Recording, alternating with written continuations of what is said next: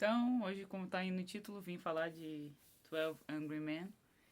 E é uma responsabilidade. Várias vezes eu digo isso, né, nos vídeos, que é uma responsabilidade falar sobre um filme que eu gosto tanto e que é um clássico, né? Já tô pulando minhas próprias anotações. Então, o filme 12 Homens e uma Sentença, né? De 1957. E vem nessa série aí, nesse quadro que eu criei, né? Que é o Revisitando Filmes. E até coloquei aqui, né, que quando eu decidi criar esse quadro, eu não, assim, confesso, né, que rolaram umas decepçõezinhas. Tipo, tem filmes que eu fazia tempo que eu não via, e quando eu fui assistir de novo, mas não por aquela coisa do envelhecer mal, necessariamente, né? Porque é isso, então assim, rolou um medo de... Eu não tenho muita coisa aqui, por isso que eu vou ficar lendo, né, pra não me perder. Rolou um medo de rever, porque ele também é um dos meus filmes favoritos da vida, mas faz parte, eu coloquei aqui, né, que faz parte isso, né, às vezes poderia ser um momento de vida que eu achei bem legal e tal, e agora não é. Mas, de novo, não é necessariamente aquela coisa que tá muito na moda agora falarem, né, o filme envelheceu mal, porque fala sobre coisas que eram aceitáveis numa época, ele não se encaixa nisso, né, é mais esse medo mesmo de... Eu tinha uma cabeça, quando eu assisti eu tinha 20 e poucos anos, então eu tinha uma cabeça na primeira vez e depois, graças a Deus, algumas coisas mudam, né? E então foi uma grata surpresa, porque eu até tinha pensado em parar de fazer isso revisitando por conta dessas decepções. E aí eu falei, não, foi uma grata surpresa ele não se encaixar nisso. Ele continua sendo bom. Claro que eu mudei muito, graças a Deus. Mas, né, da primeira vez até agora. Então, muita coisa mudou pra mim. Porém, o filme continua sendo bom. Continua sendo... Posso dizer que é um dos meus favoritos, sim, né? Ao contrário de alguns outros que eu acabei falando. Então é isso, eu tinha uns 20 e poucos anos e agora resolvi rever, vi que estava disponível. Mas também, assim, aquela responsa, né? De falar um filme que é tão amado. Eu sei que tem vários vídeos incríveis, né? Até quero, se eu lembrar de trazer, eu vou pegar uns que eu já vi muito tempo atrás, umas análises de algumas pessoas que eu admiro, porque eu acho que valem a pena, sabe, ser compartilhadas aqui. Não quis assisti-las de novo, até porque também, senão ia ficar muito tempo para gravar e tal, e talvez pudesse ser contaminada pela opinião deles. Então, mas eu quero trazer, sabe, quero reunir, assim, acho que colocar alguns links de pessoas que eu admiro que já falaram sobre esse filme. Ou às vezes de vídeos aleatórios também que eu posso encontrar e achar interessante e colocar aqui e compartilhar, né? Porque é um filme que tem que continuar sendo falado, apesar de já ter quase 70 anos, né, do seu lançamento, tá? E deixa eu ver então. Era o medo da Thaís que eu. É, medo que a Thaís que eu sou agora não achar tão foda esse filme como antes, como eu vi pela primeira vez, mas é isso mesmo, nesse sentido. Então já próprio pulei o que eu tava querendo dizer, né? E também, assim, como eu já citei algumas outras vezes, a ideia não é trazer curiosidades, né? Eu acho muito legal esses vídeos de... na época o ator tal, não sei o quê. O diretor teve que fazer tal coisa. Eu acho muito legal esse tipo de vídeo. Mas como a minha pegada é mais crua, assim, né? E inevitavelmente, como é revisitando filmes, é muito um comparativo. Mas eu acho que pelo que eu escrevi aqui, também não vai rolar nem isso. Não vai ser um comparativo tipo, lá eu pensava daquela forma e agora eu penso diferente. Porque, como eu falei, é um filme que eu ainda percebo que eu amo, apesar da Thaís não ser mais a mesma, né? A cabeça que eu tinha naquela época, a visão de mundo que eu tinha daquela época, tá? Então, dito todas essas coisas, né? Que é inevitável também trazer, eventualmente, alguma curiosidade do filme, mas pelo que eu vi aqui, eu não vou fazer isso, né? Não vai ser um trivia ou curiosidades mesmo. Como é que é? O que você perdeu, eu acho tão legal. Alguns são exagerados, mas eu gosto desse tipo de vídeo. Consumo, né? Tipo, o que você perdeu, detalhes que você perdeu em tal filme. Não vai ser isso, tá? Então vamos lá, né? Dito tudo isso, vamos lá. Vai, também não é um resumo, eu não vou trazer. Embora eu tenha escrito bastante coisa sobre o filme, a minha ideia não é trazer. Vou passar todo o filme, né? detalhe por detalhe, como se eu estivesse recontando, não é essa a ideia desse revisitando. Mas vamos ver, porque tem umas boas páginas aí pela frente, eu tô me enrolando já. Então, dessa vez eu meio que me irritei com o personagem, com o Henry Fonda, né? Que é o personagem dele, o jurado número 8, porque eu achei ele meio chatão do rolê. Eu vou falar mais sobre o início do filme, que é bem legal, né? Eu vou citar algumas partes, mas assim, eu comecei a ver e achei irada a cena e tal, mas aí quando ele apareceu e começou a colocar as ideias dele, eu fiquei assim, ah, cara chato. E aí eu me lembrei quando eu fiz a resenha aqui do... É uma resenha, né? Eu não sei os nomes, review, não é bem um review, mas enfim. Quando eu falei sobre o Jurado Número 2, que é um filme de 2024, de 2025, né? Acho que é 2024. Eu meio que comparei o Justin Camp, que é o Nicholas Hoult, né? O personagem do Nicholas Hoult. Comparei os dois, que tipo assim, o Justin é totalmente... ele é mais humano, né? Ele é mais gente como a gente, entre aspas. E ele é falho, né? E é muito legal. Até vou colocar o link também aqui pra vocês. Mas assim, esse personagem do Henry Fonda, eu cito lá no outro vídeo também, que é muito assim, muito virtuoso, né? Muito...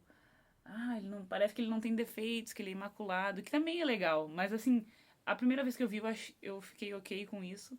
Mas agora revendo, sabe quando a pessoa fica meio assim...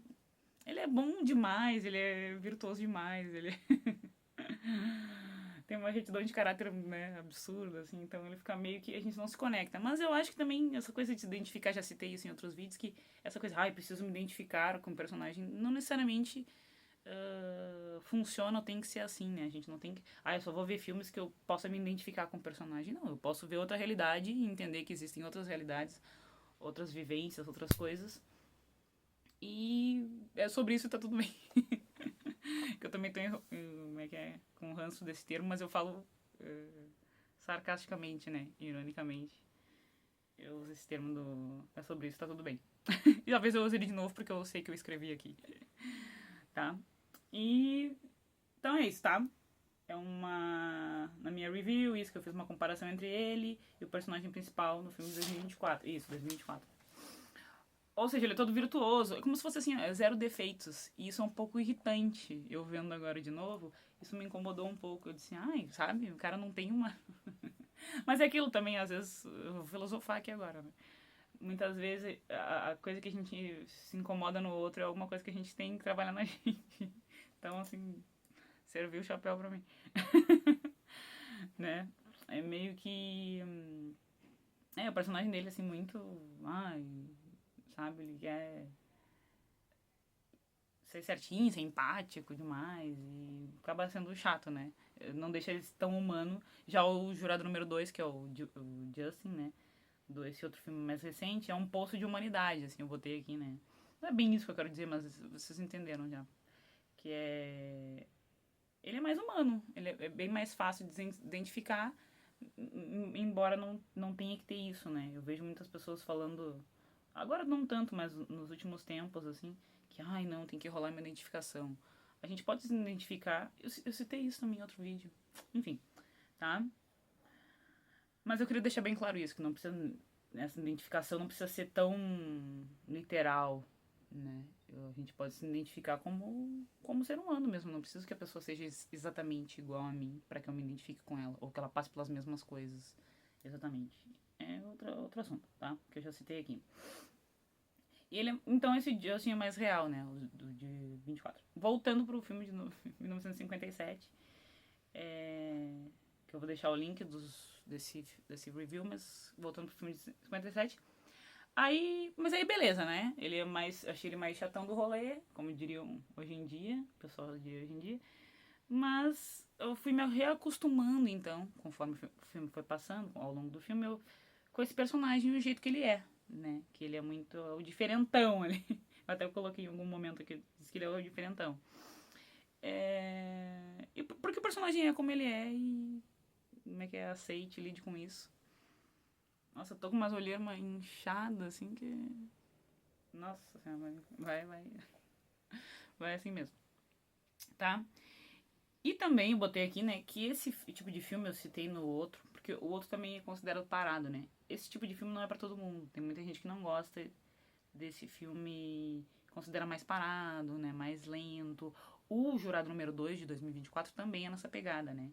Apesar de ser mais moderno, ali tem, eu faço esse comparativo também que aqui nesse de 57 eles não têm nome, eles são chamados pelo número, né? Ah, o Jurado Número 12, o Jurado Número 11, o Jurado Número 8, que é o Henry Fonda, o principal, né?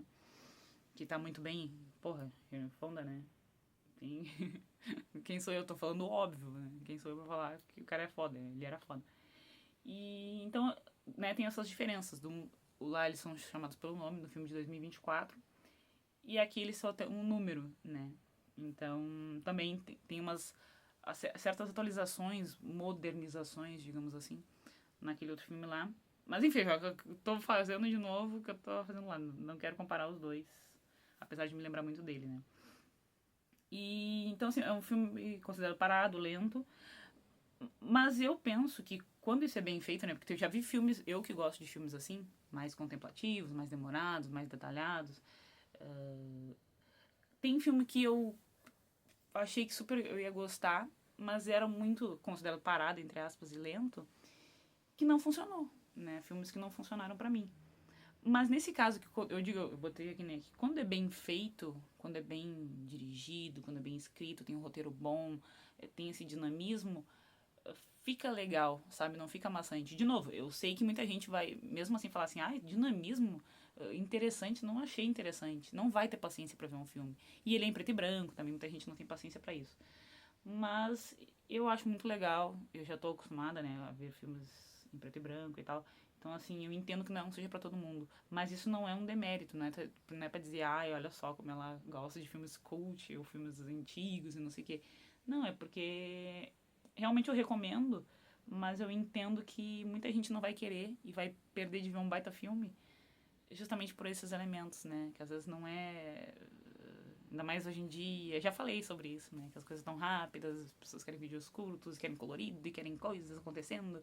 E ali não, basicamente 12 caras, né? 12 homens que precisam dar essa sentença, como o próprio título já diz. Então, e também é legal, assim, falando sobre essa questão do dinamismo. Eu vou pular o que eu tô escrevendo aqui, talvez eu volte, enfim. Mas porque, assim, a, o que torna interessante, né? O que faz uma história ser interessante? É essa premissa desse cara, desse jurado número 8. Ele não é que ele acha que o guri seja inocente, mas ele tem razões para questionar as provas que foram apresentadas, né? E, e aí o que eu falo do dinamismo, né? É que por mais que tenha só 12 caras falando, 12 caras conversando, a câmera não fica mudando muito, ela muda, né? Até citei aqui algumas coisas, vou trazer. Mas tem, sabe, o elemento do. Eles estão 12 caras numa sala relativamente pequena para 12 pessoas, aí o ventilador não funciona. Então vai se criando uma tensão maior também. Justamente por isso, né? Tipo, os caras falam, ó, todo mundo concorda que ele é culpado, né? Beleza, vambora. E aí o jurado número 8 levanta e fala assim, não, eu não. Eu acho que. Não é que ele seja inocente, mas eu tenho razões para acreditar que não. Que a gente deva conversar sobre isso. E não simplesmente mandar um guri pra. Acho que era pra cadeira elétrica na época. E falou assim, não é justo, né, um jovem perder a vida dessa maneira só porque a gente não teve paciência de pensar que talvez possa ter sido outra pessoa. A gente não sabe quem é, não tem uma resolução. Já dando spoiler, né?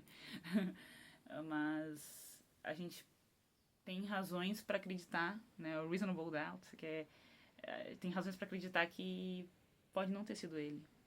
Então, aí o desenrolar é com eles, né? Lá como eles vão fazer para continuar investigando e tal, mas aí é com eles. Ali o que eles têm é não culpado. Aliás, não inocente, mas também não culpado, né? Tá? Então, esse filme não é pra todo mundo, é considerado filme parado lento, mas quando é bem feito, eu adoro esse tipo de filme, né? Super funciona pra mim, como eu falei. E Aqui também botei que é uma responsa falar dele, pois é um clássico, eu já tinha falado isso antes, que foi lançado há 470 anos, já tinha falado. A louca dos filmes antigos ataca novamente. Amo demais, tá? E aí também, assim, falando rapidamente do elenco, né, do restante do elenco, é incrível, afiadíssimo. Tem ali o Jack Klugman, que eu já tinha visto um negócio com ele. Eu ia falar que esse filme, já me atropelando a mim mesma, que ele tem uma vibe assim, inclusive ele foi um play, né, uma peça. Ele tem essa vibe, claro que quando tu tá filmando, né, tu tá gravando, tu tem certos artifícios, vamos dizer assim, de poder jogar câmera e tal. Mas mesmo assim eu sinto que ele tem essa vibe play, sabe? Essa coisa assim, não, é uma peça de teatro, ou seja,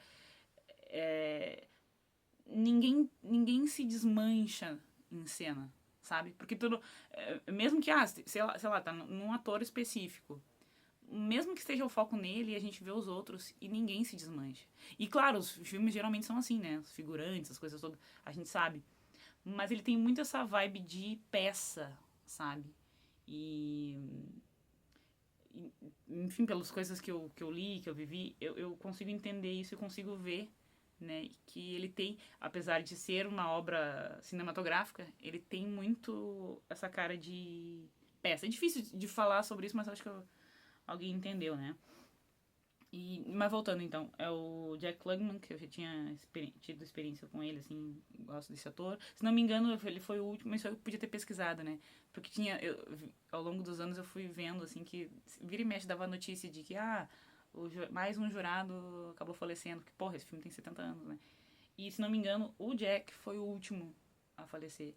Né? Então tem Jack Klugman, tem o Jack Walden também, maravilhoso, que a primeira experiência que eu tive com ele era o avô do Pestinha, um clássico da Sessão da Tarde. Filme ridículo, né? Mas enfim, eu lembro dele nesse filme. Ele fez o Justice for All, que também é um filme de tribunal que é muito legal, que eu até coloquei aqui em algum lugar, que eu ia dizer que eu gosto desse tipo de filme. Né? E ele é um exemplo de cenas, eu digo assim, cenas efusivas, né? Vou chegar lá, tá? O Lee Jacob também, que tá incrível, né? Tem bastante tempo de tela. Nem todos têm, né? Não são os 12 que falam toda hora. Tem alguns que brilham, assim, tem um destaque maior. E o Joseph Sweeney também, maravilhoso. Né? Não conheço outros trabalhos assim que eu me lembre. Acho que fez um outro um filme assim, mas não é um cara super famoso. Ele é um ator mais assim, aquele que a gente sabe que é coadjuvante, que participou, mas geralmente a gente não lembra o nome dele, sabe? É um cara incrível. E a história também, né? Falando da história agora um pouco, mais um pouco, que eu já falei sobre ela um pouco. A forma como ela foi contada, né? Como eu disse, não funciona para todo mundo, mas eu quero trazer exemplo aqui. Por exemplo, não vemos, ou melhor, temos só uns segundos do tribunal ali no começo, né? E a gente vê o guri, botei aqui. Isso, aí já vai pra sala dos jurados, que é uma cena muito legal, essa cena inicial. Aliás, eu lembrava que a cena era legal, botei isso, né? A cena era legal, mas ao ver de novo eu fiquei encantada, né? Que sequência bonita, sequência formosa, sequência bem feita, né? É muito lindo, assim, amei. E eu ia colocar aqui que o guri, botei em algum lugar, que a gente vê um pouco do acusado, rapidinho, assim, eu não sei se ele chega a falar, eu lembro que a gente vê um rosto dele, mas eu não lembro se ele chega a falar alguma coisa. Como é que nós estamos de minutos? 19 minutos, Jesus. Então é isso, né? Eu fiquei encantada, que sequência bonita. E assim, o filme é isso, os jurados tentando chegar a um consenso, né? E o conflito se dá porque o jurado número 8 é o único dos 12 que não acha o menino culpado. Eu já tinha falado isso. Sempre atropelando minhas próprias anotações. Deixando claro que ele não afirma que ele seja inocente, mas que ele acredita que apesar das testemunhas, né, do que as pessoas falaram, das provas que foram apresentadas, ele mostra um pouquinho alguns, até tipo uns cartazes, não é cartolina, mas alguns cartazes, é bem diferente como é nos filmes mais recentes, né? Então era uma coisa mais artesanal, digamos. Não sei porque que eu usei esse termo artesanal. Bem diferente, né? Bem mais antigo. a tecnologia, digamos, da época de mostrar as provas. Ó, tem uma placa assim, ó, essa aqui é a prova tal. Ah, por que fica mostrando as provas? Aí ele mostra a prova tal. Hoje em dia é tudo com, né, e depois como foi modernizando, aí mostraram por computador, enfim, né? Tá? E é muito isso que é legal também de ver essa, eu gosto de ver essa mudança, como era naquela época, mesmo que seja dramatizado, mesmo que seja ficcionalizado, mas era um pouco mais roots, digamos assim, e agora, né, e ao longo do tempo foi mudando. Então não se pode afirmar categoricamente que foi um menino que matou, apesar de muita coisa apontar para ele como assassino. Então esse jurado ele fica, né, essa é a mensagem do filme, ou uma delas, uma das mensagens principais do filme, né? Que seria bem mais fácil, então, simplesmente não se importar com nada e declarar, ó, o guri é culpado, vambora, né? A gente tem mais o que fazer. Acaba logo com isso, que muitos dizem, né? Alguns jurados que estão ali falam, ai, tipo, vamos lá, eu quero ir pra casa, um quer ver o jogo que vai terminar, tá tendo um jogo importante, ele quer terminar, outro quer ficar em casa, quer ver o filho. Pelas provas apresentadas, ele fala, claro que foi o guri, não tem não tem pra que ficar pensando nisso. E aí vem o personagem do Henry Fonda pra, não, eu quero, né? Mas o jurado questiona todas as ditas provas que incriminam o guri. Então, pra resumir, eu fiquei falando pra resumir, ou não deixar muito mais longo o vídeo, eu sabia que ia deixar mais longo. Esse é um jurado diferentão, falei, eu já tinha citado isso antes, né? Esse é um jurado diferentão, né? Acaba meio que esse jurado diferentão acaba meio que convencendo aos poucos cada um dos outros. Então, esse é o desenvolvimento, né? Esse é o miolo do filme. Ele vai falando, eu acho que esse não, tem como comprovar, por exemplo, a mulher usava óculos e aí ela tava com umas marcas de óculos aqui, mas aí no tribunal ela não tava usando. Então, será que ela também antes de dormir ela não tirou óculos para dormir, né? Poderia não ter visto, poderia ser um vulto, sabe? Então tem vários elementos, né? A faca que o guri tem, mas essa faca é diferente. Ele falou, não, essa faca não é diferente. Tem várias pessoas que podem ter a mesma faca. Por exemplo, eu tenho, então ele mostra a faca, sabe? E muito legal, assim. Aos poucos. E cada um dos outros que tinham certeza de que o guri é culpado, né? Não inocente, mas com a probabilidade de não ser o responsável pela morte. É isso, então aos poucos eles vão nem convencendo, né? Ele vai se questionando, trazendo essas questões e essas probabilidades de não ser, e o pessoal vai mudando, né? Tipo, realmente, eu não posso. Não, é mais fácil ele ser culpado, mas eu não. Pelo que isso aqui tá dizendo, talvez não seja. Ou o cara também tem um outro senhor que testemunha, e aí ele fica falando, aí os caras questionam, né? Também a gente nunca vai saber a verdade, ele não dá respostas esse filme. Mas a gente faz pensar nisso, né? Que aquele senhor não era ninguém, ele não tinha atenção de ninguém, ele era sozinho. Então, será que de repente não é uma maneira dele se sentir importante quando ele foi chamado para testemunhar? Porque não aparece, né? Não aparecem as pessoas que vão dar testemunha, né? A gente fica sabendo tudo, eu botei aqui, né? Que a gente fica sabendo tudo por meio das deliberações dos jurados. Então, será que não poderia ser isso? Ele dizer que viu pra, tipo, sentir importante. Mas isso é uma viagem da tua cabeça. Tem um que diz, mas aí eu vou ficar supondo várias coisas. Não, mas a gente tem que supor, a gente tem que tentar ver além, porque tem a vida desse menino em jogo, né? Então, aí vão trazendo várias coisas. De novo, ele não dá mastigado nada pra nós, não dá respostas. A gente tem, só o que a gente tem são aquelas 12 pessoas conversando e passando muito calor, fechadas num lugar em que muitas delas não queriam estar ali. Também tem uma questão de... as crianças... Não coloquei no roteiro, mas eu me lembrei agora. Tem uma questão, assim, que eles falam da... Tem um dos jurados, que é esse de Lee Jacob, que é um ator, né? Que ele tá, assim, com... A gente vai aprendendo, conforme eles vão conversando, que ele tem uma questão com o filho dele. Ele tá afastado do filho dele, que é jovem, não entende algumas coisas, eles meio que se afastaram. Então ele meio que projeta, né? Ou como a gente projeta muitas coisas baseadas na nossa vivência, e que é normal, né? Até podia ter colocado aqui, não botei, mas é muito interessante isso aí do filme. É essa questão de... muitas, isso nos cega, isso nos embaça, não nos cega, mas embaça os nossos olhos, muitas vezes, pelos nossos próprios preconceitos, ou pela maneira como a gente vê o mundo. Então, por exemplo, esse cara que fala isso, que ele tá com uma questão com o filho dele, mais ou menos é a idade do guri que tá ali. Então, eles, tipo assim, não, o guri tá errado, né?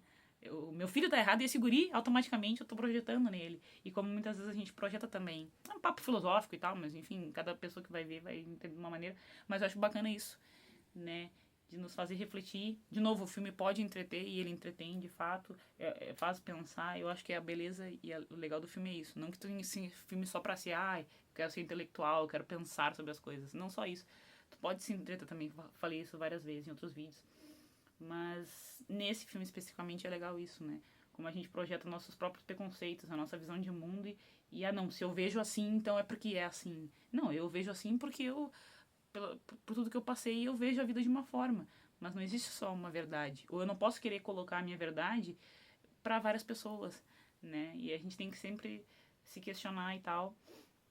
E é muito lindo, assim, nesse sentido, né? De como muitas vezes essa questão da mulher, eles ficam falando, a mulher foi arrumada porque ela já tinha seus 40 e poucos, mas ela queria aparentar ser mais nova, então também, sabe? E vai muito, assim, várias camadas que cada pessoa vai pegar e vai entender de uma maneira, né? Eu achei muito bonito. Até me afobei falando, eu acho que eu queria falar uma coisa mais legal e acabei me perdendo, mas vamos voltar aqui. Então, sim, aliás, só vemos o rosto do acusado brevemente no começo, eu já tinha falado isso, né, no início do filme. Levemente o juiz, se não me engano, só de costas. A gente não tem ninguém mais, né? Como eu falei, a gente ouve eles falando sobre os testemunhos. A testemunha dessa mulher que era assim, o senhorzinho, o outro lá que disse que ouviu, mas sempre na visão desses jurados nessa situação, né? Também o assassinato não aparece, não tem, tipo, fotos, que geralmente nos filmes mais recentes, né, eles mostram ali imagens bem gráficas, a pessoa morreu. No Jurado número 2 é isso, né, eles mostram também imagens da guria, não sei se é nesse filme, mas enfim, são mais gráficos, né, mostram coisas, ou quando é uma cena de assassinato, tipo, mostram a perna, mostram isso, mostram aquilo. Esses de true crime também adoram fazer isso, né, seja documentário, seja série, eles gostam de fazer essas coisas, de mostrar. Eu acho até desnecessário um pouco, mas enfim, cada um tem seu estilo, né? E nem as testemunhas, tá? Isso eu já tinha falado. Tudo que a gente sabe sobre os.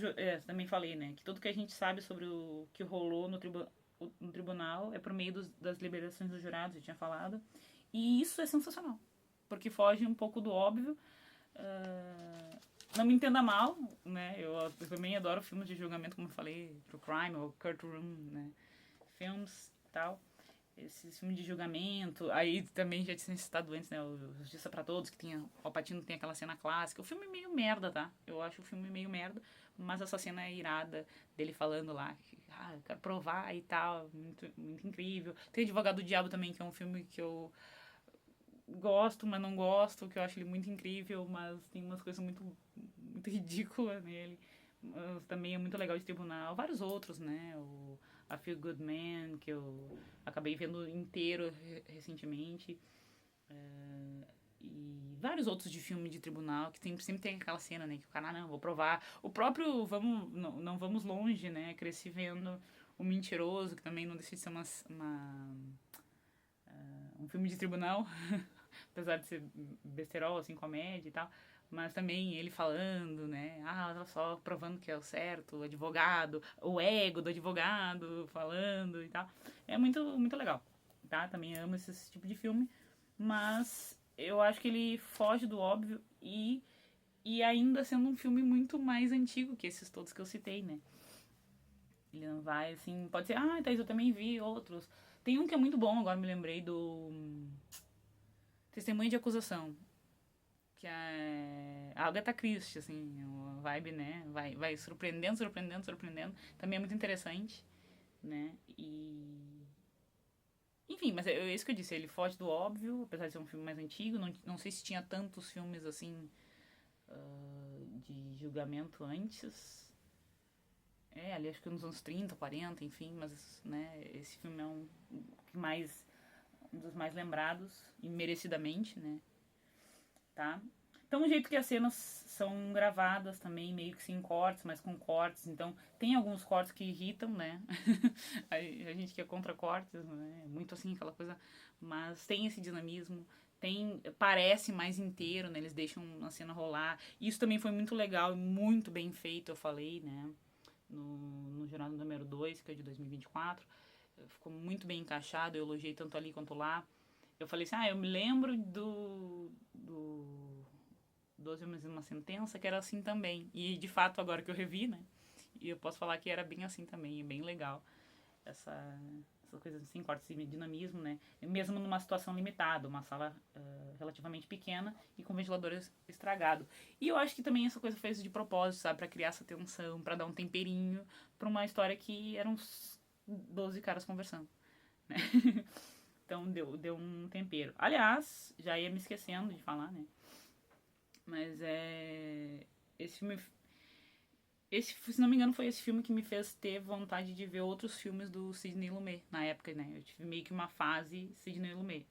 E se não me engano, foi esse filme que me iniciou. Não me lembro, talvez tenha sido o Dog Day Afternoon que eu vou citar aqui, né? Mas se não citei, se não importa qual foi a ordem, o fato que eu tive uma fase Sidney Lumet, assisti alguns filmes dele.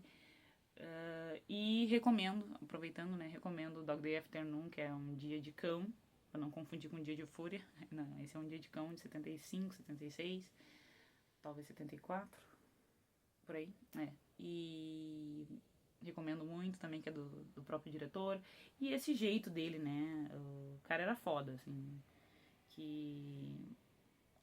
Isso, que ele. O Al Pacino também, né? Um dia de cão é com o Al Pacino. E recomendo muito.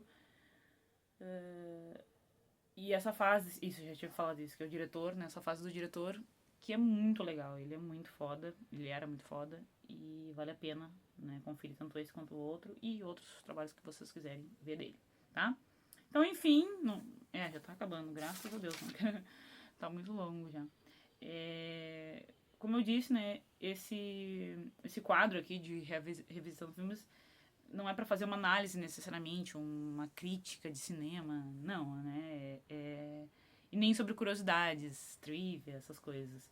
Porque já tem vários canais incríveis no YouTube dentro para isso. Mais porque eu queria falar sobre esse filme incrível, recomendar, né?